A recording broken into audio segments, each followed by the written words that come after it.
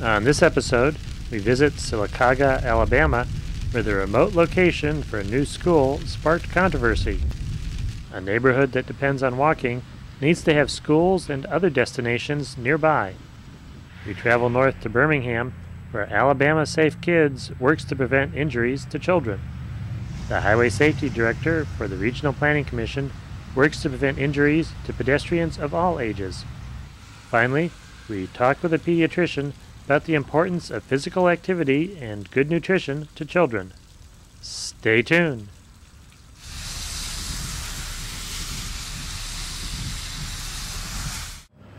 We're in Sylacauga, Alabama, talking with Joe Cochran.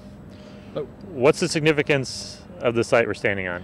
Well, we're standing about the front door of a school site that we had proposed for this small town. We proposed doing something here that has not been done in the whole southeast that we know of, and that's building a new school in the old grid, the old pre-World War II grid of streets. Actually putting it in town where there are sidewalks and a network of streets and a lot of available amenities, particularly after school amenities for children to walk to. And if a school had been here, what sort of places could the children have walked to after school? Well, within a 3-minute walk here, we of course have this wonderful park, which would be the front yard of the school, and then there's the Babe Ruth baseball field. And in our high school stadium with a wonderful track is just a rock's throw. The high school is 2.5 blocks. And we have the city swimming pool, which it'll be enclosed here soon. We have our Parks and Recreation Department, which is across the street. We have the museum, and our Main Street are within a 5-minute walk is our traditional commercial Main Street. Our city library, which is one of the better libraries in the whole state, is about a 10-minute walk. So many amenities. Now these public amenities. Now we also, within a 5-minute walk, there are 2 dance studios for children. Children go to dance class after school. So many things that kids could reach independently. Activities. Now where did the school system want to put the school? Well, initially they wanted to put it way out on the highway, a full 4 or 5 miles from here, where they had quite a bit of raw land, undeveloped land, where they could go out and do whatever they wanted to. It was flat and just happened to be right behind the loading ramp of our Walmart Supercenter. It seems like a no-brainer here. You could be in town where the kids could walk to the school and walk to all the amenities after school, or out behind a parking lot on a highway. What is it that propels people to put schools out in remote locations like that? I don't know. I believe that architects like it. They don't have to think much. They take one of their off-the-shelf plans and put it out there, and they can just do whatever they want to. And there's plenty of room for expansion and growth, and room for their parking lots, and Lord knows we all go out there because that's where we have to go to get the things that we need every day out at Walmart. And so there was a proposal for that because it was convenient to the common daily activities for people who have to go out to Walmart. I think people have grown so accustomed to spending all their daily activities are spent by the automobile, so it's not a stretch for them to say, yes, this would be a totally automobile-dominated place. Why? And their lives are dominated by the automobile, so why not build it out there? But it was on the perimeter. It was on the periphery of town. If all our children are going to these grades, again, all of the children would go to this 6th grade, 7th grade, and 8th grade, because that houses all the 6th graders in town. It makes more sense to put it in the middle, at least. If you're going to have a 6th grade factory, at least put it in the middle. And that was, to me, was the most logical thing from a standpoint of whether to put on the periphery or the middle. But all the amenities that we have is, we had a good bit of support. Unfortunately, I think the well-intentioned specialists, the educators, were probably the biggest driving force for putting the facility way out. So where'd they finally decide to put the school then? Well, it was a very interesting battle. They did decide to put it at Walmart. The board was divided. It was a 3-2 vote, so it was not unanimous, and we knew that was troubling. That we weren't unified as a community, and our Board of Education was not unified. But and they decided to put it out there after. This was after a round of about 3 other sites that one that they decided on, and then they changed their mind. It's a long story, but they ended up deciding. And then we found an old law in Alabama that said that has not been used much. That said that any public building has to be approved by the Planning Commission, and through a hearing process and a review process, the Planning Commission told the Board of Education, no, you're not going to put that school out at the Walmart. So they had to go back to the drawing board. And every time so they went to another site, which is Walmart and beyond, a few, actually half a mile further out. The Planning Commission told them no again. And this has been a long and fairly painful, very spirited debate locally. And eventually, and every round at that, this site was right there at the top. But the community, at least half of the community, was very passionate for this idea. We had some problems here. You know, we had this ditch to deal with. We had some sinkhole issues to deal with, and the acreage requirements that we've talked about, the excessive state acreage requirements. We were fortunate that we could do this here because we have these existing public spaces here that could be used to satisfy the state's outdoor recreation requirements, and available land to add to that. So we had plenty of land for expansion, and actually could have equaled the amount of total acres that they were going to provide out at Walmart, pretty close to it, actually in excess of the state's 18 acres requirement. But what we ended up with was kind of a compromise, a school site that's still outside of the grid, and but closer in, but just beyond some of those amenities we talked about, and just out of reach for many of these kids by walking. So during this battle, basically, I like to say that we went from an F grade site to a C, to a passing grade. Not a great victory in my mind. I don't get excited about a victory when I went from an F to a C, but we felt like this was the A site, and it was. I think it would drawn a lot of attention to our community as actually doing this. A lot of people say, "Wow, you come into town. This is a new school in the old part of town. How what an idea!"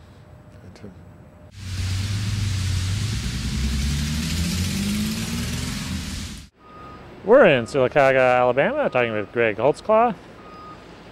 What was it like walking around when you were a kid? That was the most viable mode of transportation that we had as kids growing up, was walking.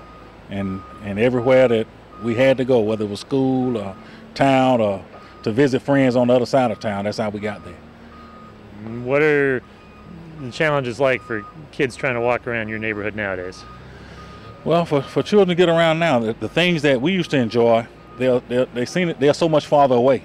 And there are so many more vehicles and things on the road that walking is a very hazardous mode of transportation. And I think many of our parents are truly concerned for our children to walk to and from because of these many hazards and the time involved in trying to get to the many places that they try to go. And even when it comes to needing a ride, there are not a whole lot of vehicles in the community, especially in our church area. So it makes it very challenging for the young children to get around town, which it wasn't a problem for us because we could walk and it wasn't as hazardous. How about for other people in the community, the older folks or folks that don't have cars? Hey man, it's the same problem, and even though in the area that I grew up in, there are many seniors that now could and would walk, to many of the businesses downtown, but so many of them have moved away from downtown, out into the growing area on Highway 280, which is, where our Walmart Supercenter is and many other stores. So the opportunities to shop at different places are limited. And then, the idea of getting to Walmart is a very, very challenging task as well. Because again, we find them having to get a ride from, whoever, even if it's their children. Many of them are working during the day and the time that we would normally be shopping, so they can't really get there. And what has happened in my church home, we've we've started a transportation ministry where, there are people in the church that use their vehicles to take people to town, and they end up having to sit and wait on them and, take them to doctor's appointments and things of that nature. And that's one of the ways that we've helped, try to eliminate the problem of transportation. But it is very challenging. What sort of facilities or stores does the community need nearby that would help people have more of what they need on a day-to-day basis within walking distance? Amen. Well, we know the grocery stores, and there were times that there were a couple on the side of the town that I'm talking about, but one of them are gone away, and then the one that's left, the longevity of it really, several of them have closed throughout. So we don't know when that's going to close. But even department stores, the place like a Walmart or a Kmart, if you don't mind me saying that, yeah, where you can go in and get all these items, and you just don't have them. You have some, what I consider low budget places like that in, the Super 10, the Dollar General and things like that. But, a little greater quality of a product, you just don't have those type stores. And then there are many times when you go in those looking for something and you can't find it, and you may be able to find it in a Walmart. So even though you make a trip to town, you're not able to get what it is that you really went for. The post offices, the doctor's offices, and I know we built a high rise, but even it is a challenge getting to it based on this location of where many of these people live. Now, what's the situation with the community and the new school they're building? How's that going to affect children?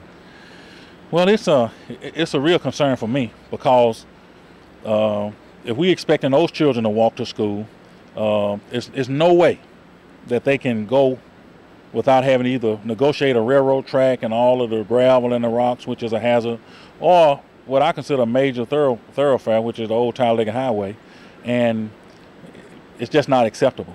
And we haven't really talked about how we're going to get them there, but they're going to have to come up with a means. That rail line could, as I've spoke with Joel Cochran many times, a rail line that runs and from one end of this city to the other, it could become a trolley system or a rail system that could cover transportation for the people that we just talked about, as far as getting out of this area to the town and through all the shops, and even out to the Highway 280 where Walmart is. It travels close enough to it that they could exit it and go shop and then come back on it. But it'd also be a great opportunity for transportation for our children that have lost two schools out of their communities, and now they got to fight with the trying to come up with a means to get to and from school. It's going to be a burden on parents, because now these children that used to take 10 or 15 minutes, even when they're playing, it's going to take them half hour to 45 minutes to get home. And then from the time school is out and a mama wondering, where's my child? So we're going to put them in some real stressful situations. So it's really challenging. And like I said, we haven't talked about it. I haven't heard it talked about how we intend to get those kids to school. And somebody may say, well, it ain't that many. It might not be but 80. But 80, that's 2 times a day. That's 160. That's 5 times a week. They got to go there for 3 years. So when we come up with those numbers, that's a whole lot of times that those kids got to travel back and forth, and the opportunities for one to be hurt or injured or whatever, it greatly increases because we're making that trip so many more times.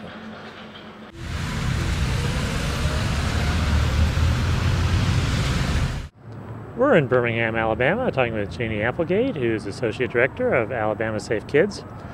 What is Alabama Safe Kids? Alabama Safe Kids is a program of Children's Hospital which directly focuses on injury prevention efforts in children 0 to 14.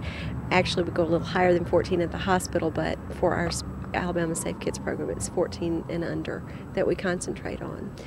Because the unintentional injuries are the leading cause of death and injury in children under the age of 14. And when I say that, motor vehicle is first, but today we're here to talk about the pedestrian injuries, and they are the second leading cause of death and injury in children under the age of 14, which a lot of people say, so what? Well, it is so what when it talks about the economic issues, the life of the child later on, if they're disabled forever for in their life. What kind of hardship is that on a family? Economically in our community, if they're on some type of state aid, what kind of problem is that? So there are a lot of things that we can do to prevent it, and that's what we're here to talk about. Okay, what do you do to prevent it? Well, we have educational programs that we offer, and we participate in programs such as Walk Your Children to School, which is a national day when parents are invited to walk with their children to actually observe what the children see on their way to and from school. It's really twofold. Walk Your Children to School is not just an injury prevention and safety program, but it's also to get the kids up and walking, to keep them healthy, because healthy children are also resilient to more injuries. So we talk about the education. We do walkability surveys which serve the state engineers to help them decide where are we going to do a change in, like there may be cracks in the sidewalk or a light doesn't stay red long enough for children to walk across it to get to the school safely. Making sure that the children are not left alone or unattended if they're under the age of 10, because physically and developmentally they're not capable of making good judgments. And we're in a playground right now where we go out and we talk not only at the schools but in project divisions where they have a lot of play areas, where we have children between the ages of 5 and 9 that do dart out into the traffic. Well, if you have a fence enclosure like we have here, you'll see that children can't just run out into the middle of the traffic. So those are engineering type things that we do. Enforcement, we try to work with the policymakers to help make good, strong laws. If there's a lot of children in a residential area, we try to put out signs, also make sure that there's enforcement on a regular occasion to go out there and make sure that the speed laws are being enforced. Making hit and run laws really strong and enforceable, making sure that those people are prosecuted to the fullest extent. Those kind of things. And you mentioned Walk Your Child to School Day. What have you been able to do with that here in Alabama? It was really exciting. I was invited to a meeting with the Alabama Department of Transportation Multimodal Division in 1999, and they said, we got a little bit of money here. We want to do some education. What do you think we ought to do? And I said, well, we have an opportunity to participate in this program. So we did a pilot program both in Montgomery and in Birmingham where we involved 10 schools in each area. After we were able to turn in those walkability results, we had pep rallies for the parents and teachers, the students. We provided pizzas as for the class that participated the most. Got a lot of school involvement, people wanting to do what we wanted them to do, which was exciting because education alone doesn't change behavior, but they decided they wanted to participate. It resulted in the state allocating $1 million for transportation to go out and make the changes in the state to provide the walkways that were needed to the school and the lights that needed to stay red longer, those types of things. So the improvements occurred in those cities at that time. They went back, made the corrections, and then the very next year we were able to expand to 22 cities. And then this last year, over 110 cities in the state alone, which was over 200 schools participated. So the word got out. Department of Transportation, the Multimodal Division, actually participated. We had Department of Public Safety participate. We had the firefighters participate because they have a risk watch curriculum that addresses the pedestrian injury. So we actually encompassed everybody. It was a group effort. It wasn't just one group taking credit for everything. It was one thing that we all did and everybody took credit for it. So it was really wonderful because it turned into state funds that made improvements, which ultimately resulted in the improving quality of life for children. When you go back and look at those first schools that got the improvements, can you tell, does it really make a difference?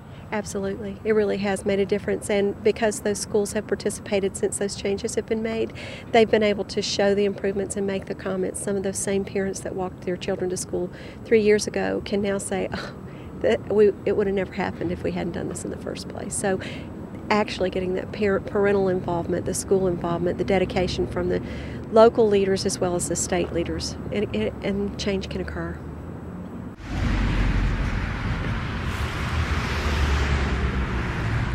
We're in Birmingham talking about Denise Hornbuckle, who's Highway Safety Director with the Regional Planning Commission. What does a Highway Safety Director do? Well, John, what we basically try to do is get community involved in making Birmingham a safer place for all people who are traveling on our roads and sidewalks, and also to get enforcement involved. And we do that by trying to secure small grants and funding pools to encourage the buying of appropriate curriculum for school-based programs, to encourage police officers to be proactive in terms of educating the public, and also to encourage them to enforce traffic safety laws, which tend to have a lower priority in terms of enforcement activities than some other things. And if a school has noticed they have a safety problem, they come to you, what sort of resources are available for them? Well, this year I coordinated in the Greater Birmingham area the Walk Our Children to School project. We had 27 schools that participated, and what we were able to do was put together resource materials for a teacher coordinator at each of those schools, a videotape that was produced by Walt Disney that specifically addressed bicycling and walking to school, and then we also were able to give them walkability checklists that they sent home to their parents. We coordinated a lot of media activity around this event so that we had television crews coming out on the day of our event and filming kids as they walked to school. And we were actually able to capture on camera some of the problems that real people encounter every day as they walk to and from their buildings.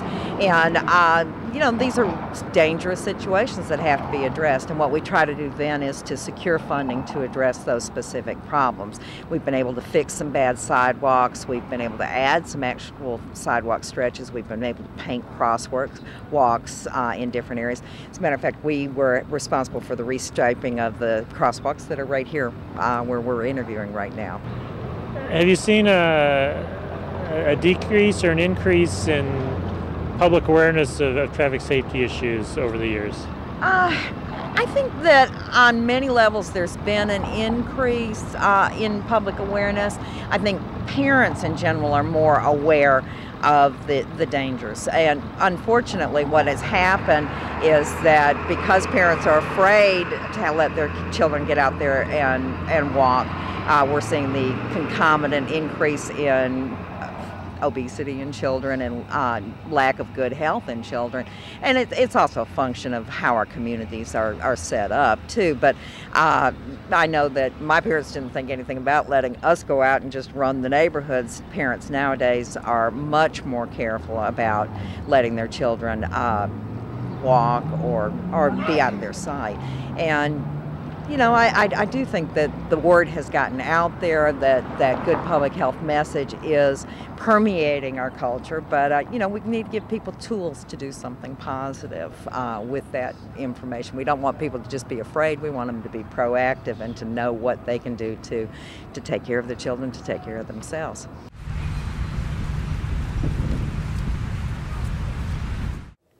We're in Birmingham, Alabama, talking with Dr. David Reynolds. What's your connection with physical activity and nutrition in children? I chair the committee for the Alabama chapter of the American Academy of Pediatrics on nutrition and physical activity, which are two incredibly important things to have done correctly to maintain the health of our children as well as for us, for adults. And so it's a very important thing for all of us to be actively involved in. And I think we are. And children that come into your practice, what do you see? Are they getting proper nutrition, proper physical activity? There's no doubt that we're getting more obesity. It's clear that that's happening. And there are two major reasons, well, three. One is the fact we watch so much TV, especially children do, that they aren't getting outside and exercising, and adults are doing the same thing. And the other is the supersizing phenomenon we're undergoing right now in terms of eating more. We're encouraged to eat more and more. We're encouraged to eat more and more of the items that produce fat, which is the fatty foods, using fat for flavor. And so what we try to do is to sell those negatives early on and have people do it correctly from the outset, which is critically important. What's the role of the physician? What's the role of the parents in and seeing to it that children eat better and get exercise? That's a great question. The role of the pediatrician is to sell the idea that it's critically important to do that. The role of the parents is to buy the sell and then perform that way for the rest of their lives. It has to be done repeatedly. It's hard for any of us to change acutely. But to change over time with somebody that's caring enough to point you in that direction, hopefully that'll take place. What is your committee, what can you do to get the message out to the public to make the changes? What we've done thus far, and we'd like to do, we will indeed do more than we have, is to have articles published through the Alabama State Health Department in various papers around the state, trying to sell these points on proper nutrition and adequate exercise. And I think that's helped, but we've got to get into the school systems per se and work with them in both areas. Again, in exercising, Alabama, for instance, there's no physical education required in grades 10, 11, and 12. Should it be? Of course it should be. Because if we don't sell it to the kids at that juncture, they're likely to go out and think, well, that's not so important. They stopped at the 9th grade anyway. That, and to get schools to serve children food which doesn't have nearly as much fat in it as it currently does. We all know that we like food with a fatty flavor better, and so that's what the schools serve. Not for everything, but for a lot of things are served that way. It should change. We hope to change that. But it requires a lot of time and effort. That's what makes it so difficult to do. Working as many school systems as we have in this state, 122, it requires a lot of effort to do that. And it's got to be sold over and over and over again. That's how tobacco sells their product. They sell it throughout this country every single day of the year in a sellable way. We've got to be doing the same kind of thing, and that's difficult for any of us to pull off. We'll try. What's the implication if today's generation of children become adults with some of the bad habits they have? You know, I know that you know, too. The last Surgeon General made the statement obesity is one of the top 2 problems we've got in this country currently, obesity, because of all the diseases it can lead into, especially type 2 diabetes. There's an epidemic of that in children currently. Many of the adult chronic diseases are affected by obesity. And it's just not the way for us to be. And I think indeed it is preventable with enough people encouraged to sell this idea that it is preventable and working on it from the very beginning, from the outset, from these children when they're 2 weeks old and thereafter. It can be done. Starting when we're an adult, most of us can't change as adults unless we've gotten sick enough that the illness mandates that kind of change. Otherwise, it's a very difficult thing to do. It's got to start very early. Pediatrics is adult preventive medicine, and that's what makes it such an exciting field of discipline in medicine. Visit us on the internet at www.pedestrians.org.